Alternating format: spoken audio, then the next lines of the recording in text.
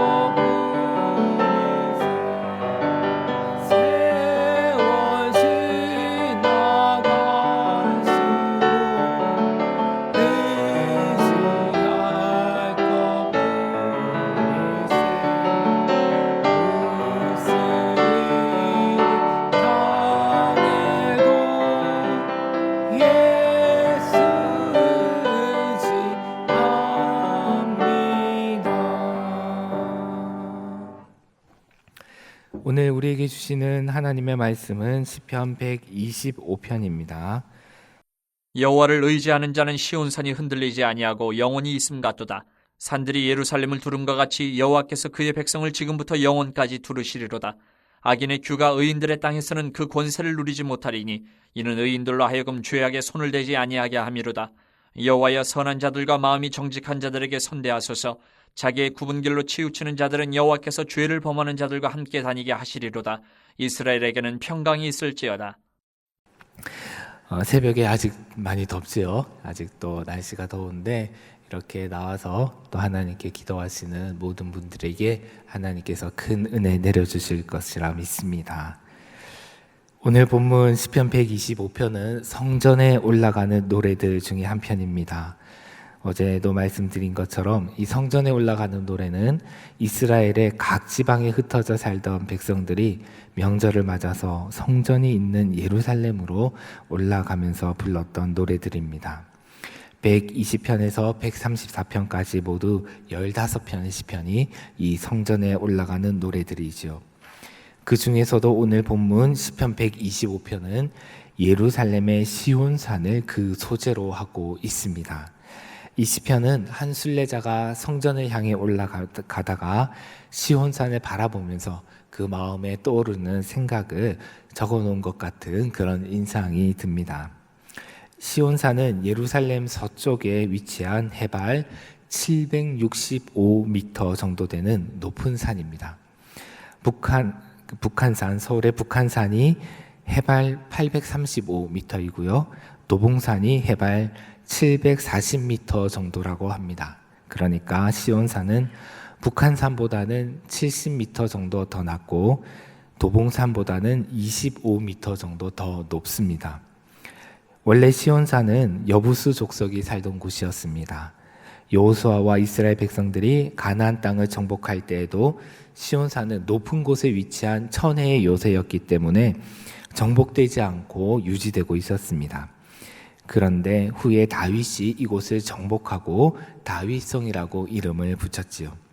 그래서 처음에 시온산은 다윗성이 있던 예루살렘 서쪽에 있는 그 산을 지칭하였지만은 시간이 갈수록 그 범위가 점점 더 확대가 되었습니다.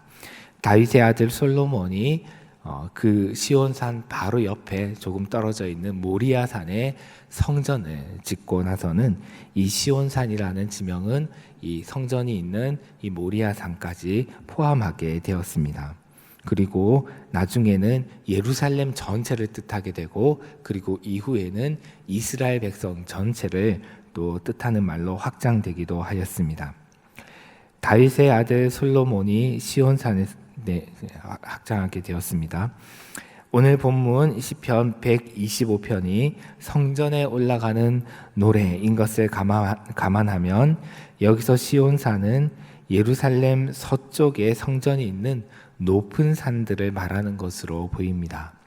그래서 이 시편을 읽을 때 자신이 명절을 맞아서 각기 자신들의 집을 떠나 예루살렘을 향해 여행하는 순례자다라고 생각해 본다면 도움이 될 것입니다. 잠시 상상력을 사용해서 자신이 주님을 사모하는 마음으로 하나님을 예배하기 위해서 성전을 향해 올라가는 그 순례자의 무리 중에 한 사람이라고 가정해 봅시다. 집을 떠나서 예루살렘을 향해서 여행한 지가 벌써 여러 날이 되었습니다. 다리도 아프고 몸도 제법 고단합니다. 그런데 어느 순간 저 멀리 높이 솟아있는 시온산이 눈에 보이기 시작합니다.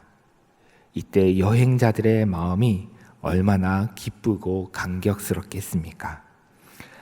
하나님의 성전이 자리 잡고 있는 그 산이 여행자들에게 주는 안정감은 말로 다할 수 없었을 것입니다. 그래서 여행자들은 이렇게 노래했습니다. 오늘 본문 1절을 우리 다시 한번 함께 읽어보겠습니다. 여호와를 의지하는 자는 시온산이 흔들리지 아니하고 영원히 있음 같도다. 높이 우뚝 솟은 산은 아무리 큰 지진이 나도 쉽게 흔들리지 않습니다. 견고하고 안전하지요. 하나님께서 천지를 창조하시던 때부터 그곳에 놓여 있는 시온산은 마치 영원까지 무너지지 않고 존재할 것처럼 느껴집니다. 그래서 시인은 여호와를 의지하는 자는 그와 같을 것이라고 말합니다. 저 시온산을 만드신 주님, 천지를 창조하신 주님을 의지하는 자는 저 시온산과 같이 흔들리지 아니하고 영원히 있을 것이라고 말입니다. 왜냐하면 하나님께서 그들을 붙드시고 지키실 것이기 때문입니다. 그래서 이어지는 2절에서는 그 산들에 둘러싸이는 예루살렘에 자신들의 운명을 대입시킵니다. 2절을 읽어보겠습니다. 산들이 예루살렘을 두른과 같이 여호와께서 그의 백성을 지금부터 영원까지 두르시리로다. 예루살렘은 그저 하나의 도시가 아닙니다. 예루살렘의 운명은 이스라엘 백성 전체의 운명을 대표합니다.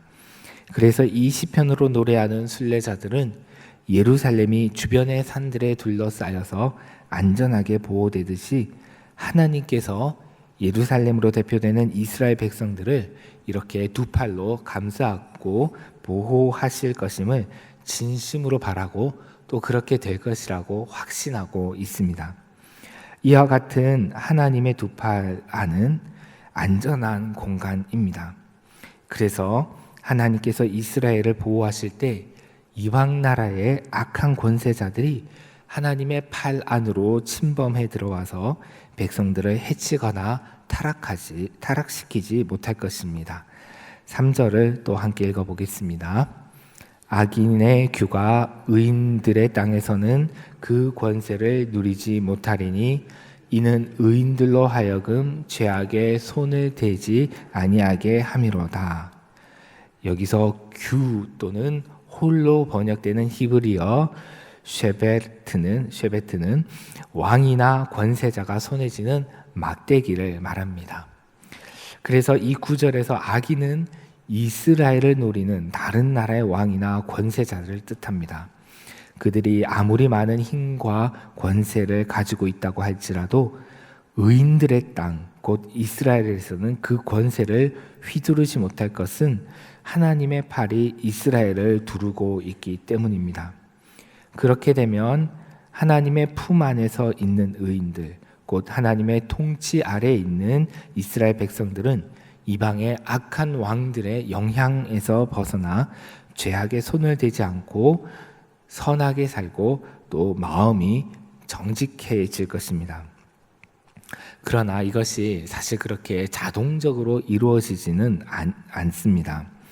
이 시편은 기본적으로 이스라엘 백성들은 의인들로 그리고 이스라엘의 땅을 의인들의 땅으로 칭하고 있지만은 하나님의 보호 아래에 있는 하나님의 백성이라고 할지라도 모든 사람들이 항상 그 마음이 정직하게 행하는 것은 아닙니다.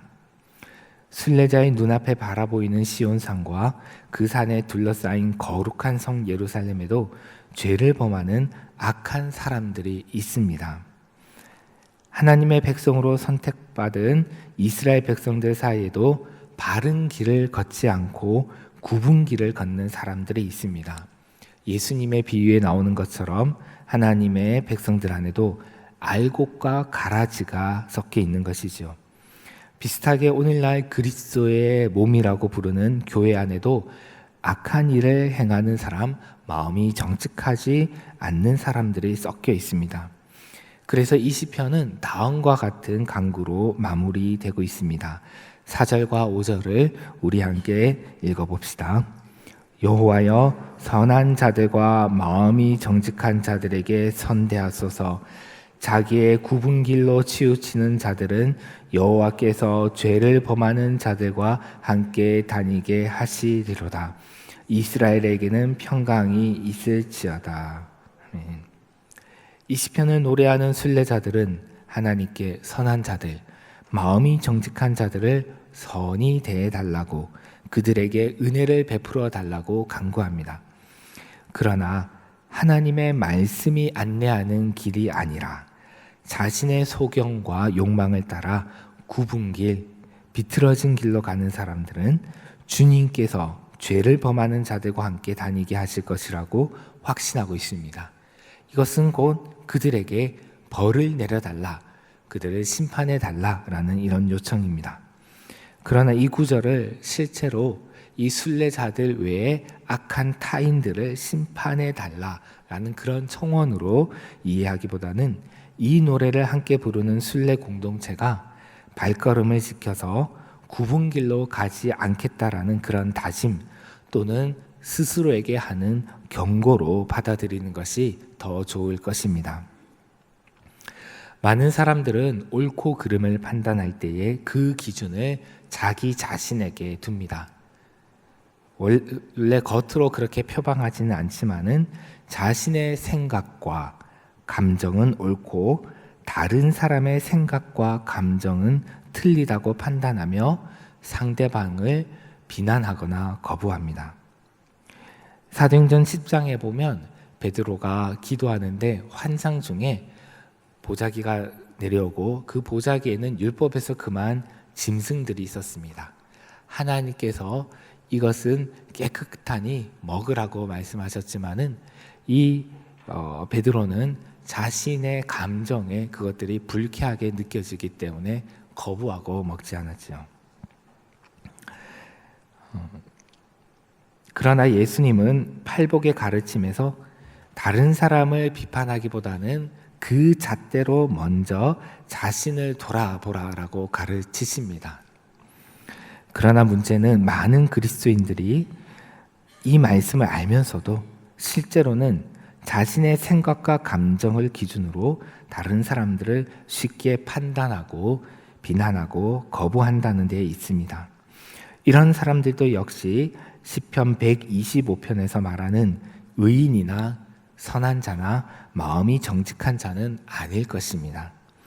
자신을 옳게 여기고 자기의 굽은 길을 고집하는 자가 아니라 자신의 의로움을 내려놓고 자신을 떠나 자신의 소견과 자신의 고집과 자신의 욕망을 떠나서 의로우신 주님께로 올라가는 순례자, 그들은 그 삶에 지진과 같은 큰 어려움이 일어난다 할지라도 시온산과 같이 흔들리지 않고 견고하게 서 있을 것입니다. 주님께서 두 팔로 그들을 두르고 보호하시며 평안을 주실 것입니다. 기도하겠습니다. 하나님 아버지, 저희가 평소에는 믿음이 좋다 생각하지만은 어려운 일을 만나면 저희의 믿음이 약함을 발견하게 됩니다. 그때마다 주님을 의지하는 마음을 다시 새롭게 합니다. 하나님, 저희가 주님을 의지할 때에 주님께서 저희들을 시온산과 같이 우뚝 솟은 높은 산과 같이 흔들리지 않게 하시고 견고하게 하실 것을 믿습니다. 주님의 팔로 두르시고 보호하시고 지키실 것을 믿습니다. 하나님 아버지, 저희가 모든 판단의 기준을 저희 스스로의 감정과 생각에 두는 것이 아니라 오직 하나님께 두고 의로우신 주님을 향하여 영적 여정을 걸어가는 순례자들처럼 날마다 주님을 향해 걸어갈 수 있도록 저희들의 발걸음을 인도해 주시길 바랍니다. 오늘 하루도 자신의 굽은 길이 아니라 자신의 소견에 옳은 길이 아니라 자신의 감정대로 행하는 길이 아니라 하나님의 말씀을 따라 그 말씀의 길로 행하고 순례하고 행진하는 저희가 되게 하여 주시옵소서. 저희 모든 영락의 성도들 오늘 각자의 삶의 자리 그 어느 곳에서 하루를 출발하든지 주님께서 함께하여 주시고 이 한 주도 주님께서 보호하여 주시고 인도하여 주시옵소서. 예수님의 이름으로 기도드립니다. 아멘. 이제 함께 합심으로 기도하도록 하겠습니다. 먼저 자기 의와 욕심을 내려놓고 말씀의 길을 따라 하나님께로 가는 영적 순례를 끝까지 걸어갈 수 있도록 주님 도와주시옵소서. 그 길에 어떠한 환난이 닥쳐와도 하나님을 의지하여 시온산처럼 흔들리지 않게 하소서라고 기도하고, 이어서 오늘 주간 기도 제목인 영락 오이코스를 통해서 이번 주간도 하나님께서 성도들의 마음을 부드럽게 하시도록, 그리고 오이콧을 통해서 말씀을 전하시는 김웅성 위임 목사님을 주님께서 늘 사랑으로 붙들어 주시도록, 또한 권사회에서 주관하는 정교회 성경 통독 사경회가 오늘부터 진행되는데, 이 시간을 통하여서 영락의 성도님들이 말씀을 따라 행진해 갈 수 있도록 함께 기도해 주시고 각자의 제목으로 기도하시고 돌아가시기 바랍니다. 하나님 아버지, 오늘 저희들을 불러주셔서 주님의 말씀에 귀를 기울이고 주님께 간구하게 해주심을 감사합니다. 하나님, 저희가 주님의 말씀은 잘 알지만은 자신의